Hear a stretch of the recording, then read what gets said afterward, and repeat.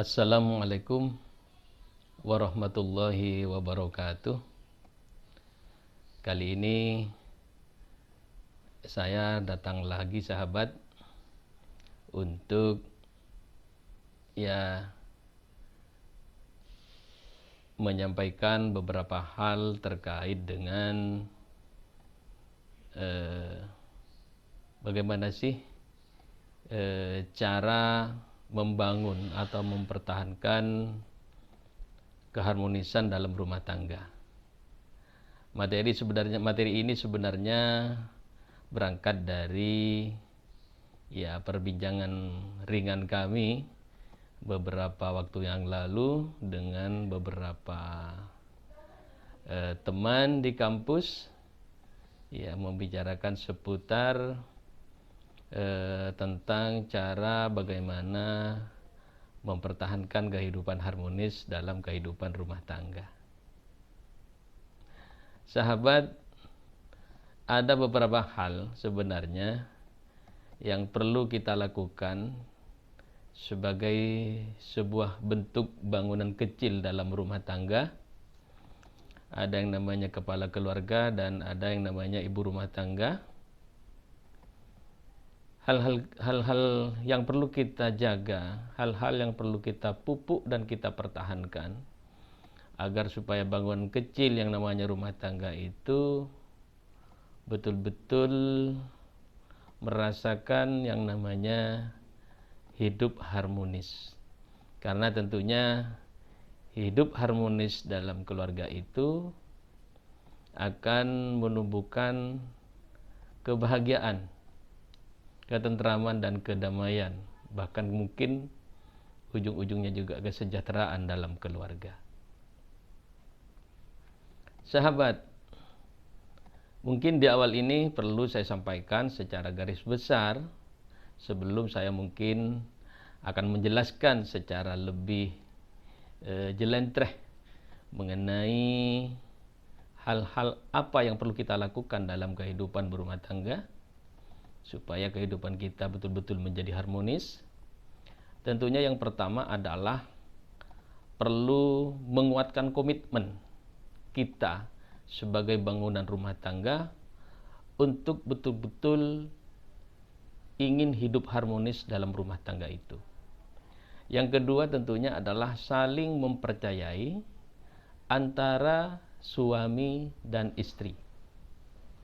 Terus yang ketiga, selalu memahami, saling memahami antara suami dan istri. Terus selanjutnya yang keempat adalah menjaga intensitas komunikasi di antara keduanya, yaitu suami dan istri.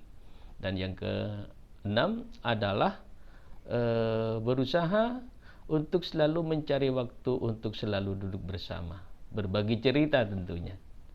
Nah, dari beberapa hal yang sudah saya sampaikan, beberapa di antaranya agar supaya kita bisa hidup harmonis, mungkin kita perlu mendeskripsikan secara lebih luas lagi tentang menguatkan komitmen untuk hidup harmonis dalam rumah tangga.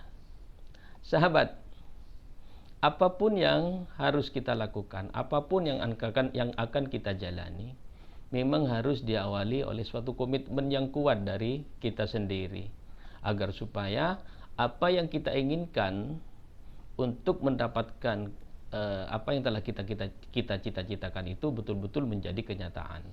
Termasuk di dalamnya adalah hidup harmonis di dalam rumah tangga. Nah, komitmen ini merupakan suatu keinginan, suatu motif dasar bagi kita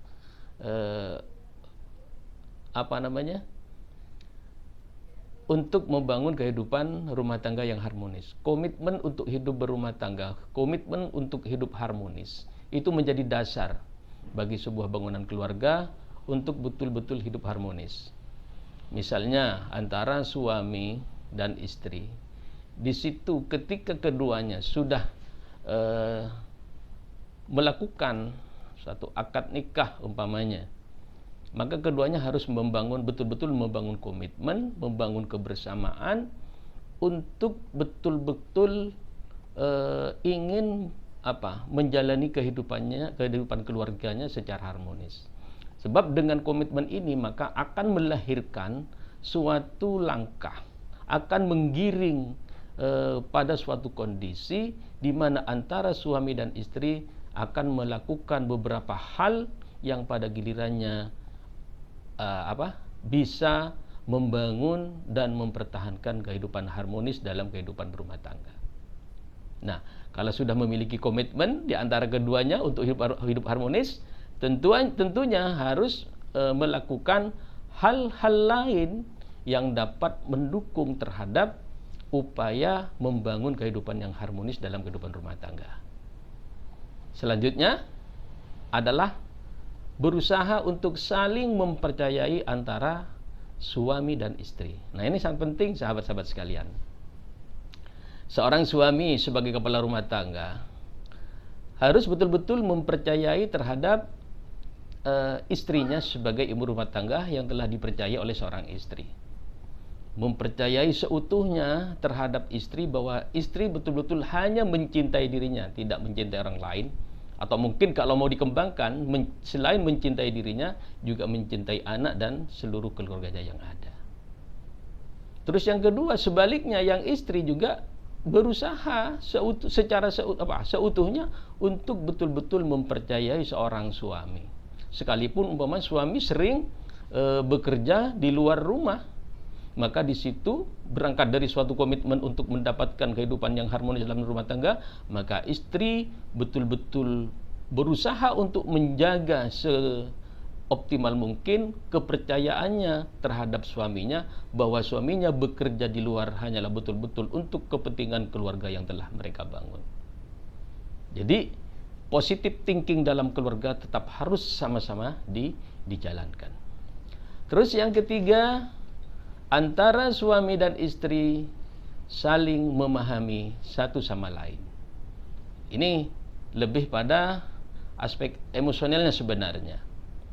Jadi seorang suami sebagai kepala keluarga jadi berusaha untuk memahami secara psikologis bahwa istrinya itu dengan temperamen, dengan kondisi emosional tertentu harus diterima dengan kenyataan yang ada. Sebaliknya di satu sisi juga seorang istri harus betul-betul berusaha untuk memahami bahwa suaminya dengan tipikal tertentu yang dimilikinya itu adalah merupakan bagian yang harus diterima secara utuh oleh seorang istri. Sehingga dari keduanya, antara suami dan istri apabila sudah saling memahami karakter masing-masing, sifat masing-masing, perilaku masing-masing, maka di antara keduanya akan saling mengisi dan akan selalu akan terjadi komunikasi untuk saling memperbaiki, karena yang namanya manusia yang tidak akan pernah lepas dari yang namanya salah dan keliru tentunya di situ. Maka dengan saling memahami maka akan saling mengisi dan akan saling menasihati. Dan tentunya ujung-ujungnya akan menerima terhadap kelebihan dan kekurangan masing-masing. Terus yang keempat, sahabat, di situ antara suami dan istri harus memang ini seperti yang saya sudah sebutkan tadi, bahwa antara suami dan istri harus berusaha untuk semaksimal mungkin menerima kelebihan dan kekurangan di antara keduanya. Kelebihan dan kekurangan yang dimiliki oleh suami maka harus diterima seutuhnya oleh seorang istri, karena pada gilirannya yang namanya suami satu sisi sebagai insan yang tidak pernah lepas dari kelebihan dan kekurangan, maka harus diterima sepenuh hati. Selanjutnya juga bagi seorang suami harus betul-betul mau menerima seutuhnya juga tentang kelebihan dan kekurangan yang dimiliki oleh seorang istri. Nah, berbicara tentang kelebihan dan kekurangan di sini sahabat, tentunya di sini adalah kekurangan, kelebihan dan kekurangan secara menyeluruh, baik pada aspek fisik dan psikologis tentunya.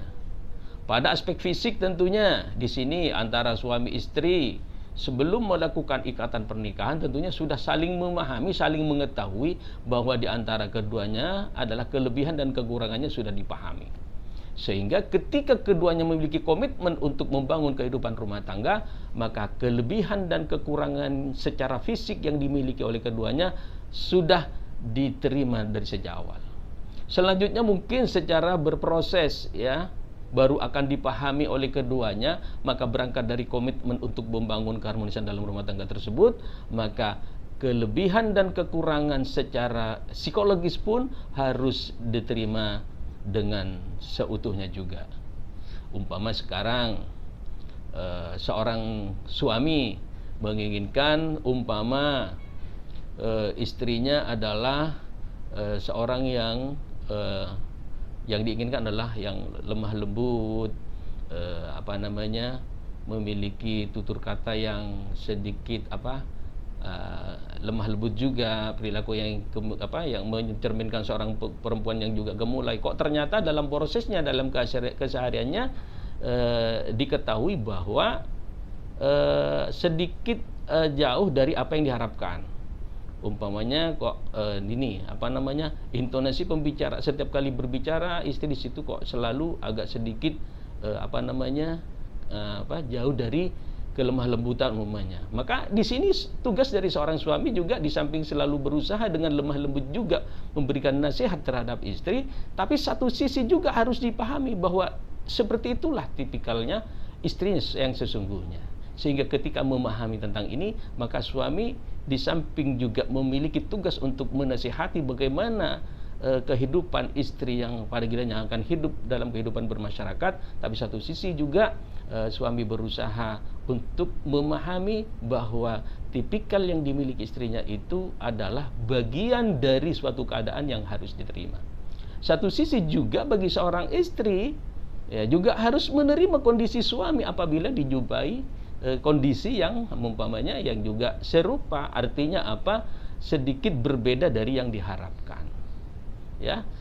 Nah, apabila sudah dari keduanya saling memahami kondisi masing-masing di sini tentang kelebihan dan kekurangan dari masing-masing antara suami dan istri, insya Allah kehidupan berumah tangga akan dilalui dengan bahagia.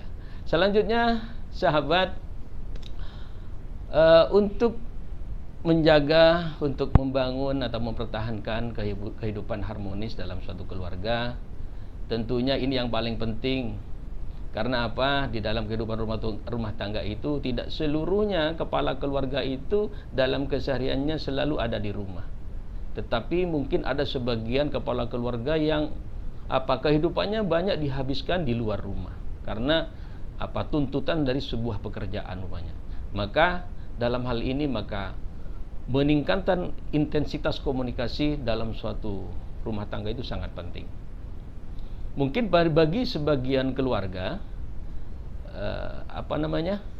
melakukan komunikasi setiap jam, setiap setengah hari, setiap hari umpamanya, atau setiap 3 hari sekali atau seminggu sekali, ini merupakan sesuatu yang relatif sebenarnya terjadi.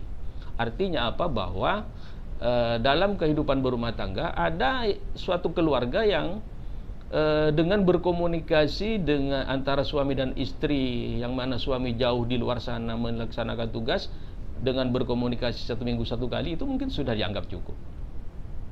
Karena satu sisi istri memahami bahwa untuk tidak selalu melakukan komunikasi itu tidak akan mengganggu terhadap tugas seorang suami. Di sini kepercayaan sudah mulai terbangun juga.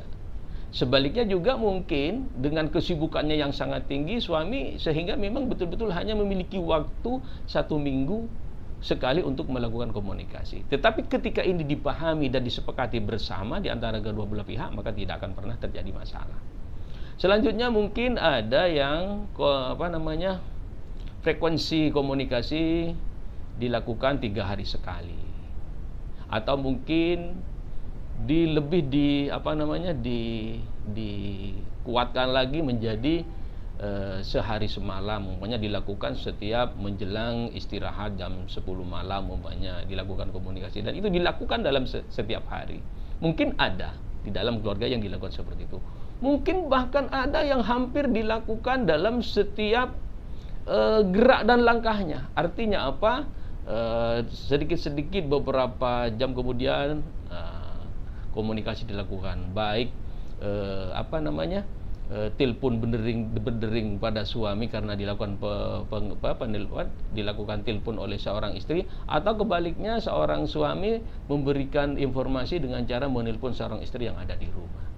Nah, frekuensi komunikasi yang berbeda-beda dalam suatu rumah tangga ini adalah hal yang wajar dilakukan tentunya, tergantung kesepakatan bersama atau budaya yang terjadi, budaya komunikasi yang terjadi dalam suatu bangunan rumah tangga, sehingga pada gilirannya ini dipahami suatu bentuk intensitas komunikasi yang telah disepakati bersama. Terus selanjutnya sahabat, hal lain yang mungkin perlu kita lakukan agar supaya bangunan rumah tangga akan selalu kaitan harmonis, yaitu antara suami dan istri, di samping melakukan suatu komunikasi, ketika umpama seorang suami sudah datang dari tugas di luar rumah, berupayalah ketika datang berada di rumah itu untuk selalu meluangkan waktu selalu bersama dengan keluarga.